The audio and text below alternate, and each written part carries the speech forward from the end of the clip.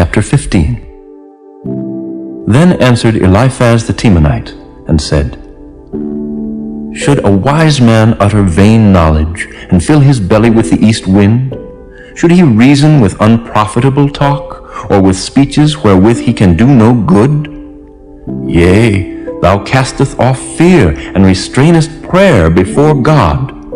For thy mouth uttereth thine iniquity, and thou choosest the tongue of the crafty. Thine own mouth condemneth thee, and not I. Yea, thine own lips testify against thee. Art thou the first man that was born?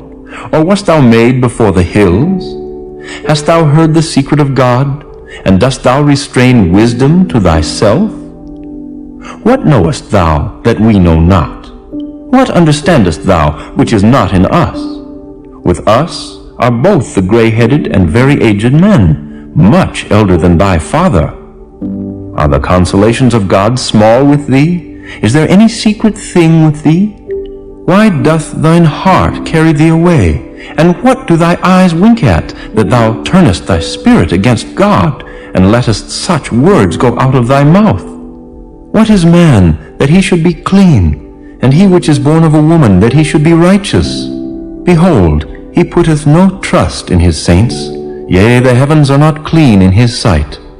How much more abominable and filthy is man, which drinketh iniquity like water? I will show thee, hear me, and that which I have seen I will declare, which wise men have told from their fathers, and have not hid it, unto whom alone the earth was given, and no stranger passed among them. The wicked man travaileth with pain all his days, and the number of years is hidden to the oppressor. A dreadful sound is in his ears. In prosperity the destroyer shall come upon him. He believeth not that he shall return out of darkness, and he is waited for of the sword. He wandereth abroad for bread, saying, Where is it?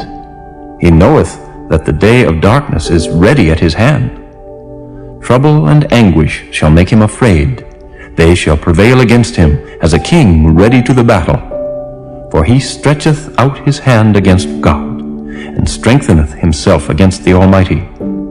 He runneth upon him, even on his neck, upon the thick bosses of his bucklers, because he covereth his face with his fatness, and maketh collops of fat on his flanks. And he dwelleth in desolate cities, and in houses which no man inhabiteth, which are ready to become heaps. He shall not be rich, neither shall his substance continue, neither shall he prolong the perfection thereof upon the earth. He shall not depart out of darkness, the flame shall dry up his branches, and by the breath of his mouth shall he go away. Let not him that is deceived trust in vanity, for vanity shall be his recompense. It shall be accomplished before his time, and his branch shall not be green. He shall shake off his unripe grape as the vine, and shall cast off his flower as the olive. For the congregation of hypocrites shall be desolate, and fire shall consume the tabernacles of bribery. They conceive mischief, and bring forth vanity, and their belly prepareth deceit. Chapter 16. Then Job answered and said, I have heard many such things. Miserable comforters are ye all. Shall vain words have an end?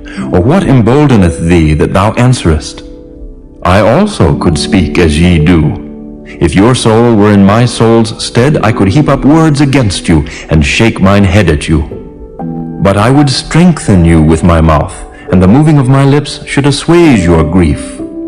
Though I speak, my grief is not assuaged. And though I forbear, what am I eased? But now he hath made me weary. Thou hast made desolate all my company, and thou hast filled me with wrinkles, which is a witness against me, and my leanness rising up in me beareth witness to my face. He teareth me in his wrath, who hateth me. He gnasheth upon me with his teeth. Mine enemy sharpeneth his eyes upon me. They have gaped upon me with their mouth.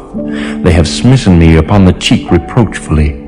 They have gathered themselves together against me. God hath delivered me to the ungodly, and turned me over into the hands of the wicked.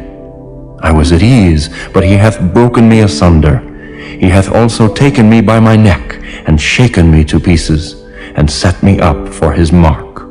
His archers compass me round about. He cleaveth my reins asunder, and doth not spare. He poureth out my gall upon the ground. He breaketh me with breach upon breach. He runneth upon me like a giant. I have sewed sackcloth upon my skin, and defiled my horn in the dust. My face is foul with weeping, and on my eyelids is the shadow of death. Not for any injustice in mine hands, also my prayer is pure. O earth, cover not thou my blood, and let my cry have no place.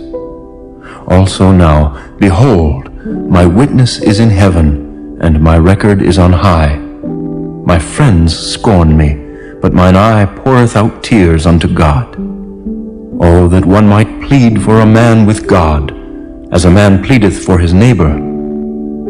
When a few years are come, then I shall go the way whence I shall not return.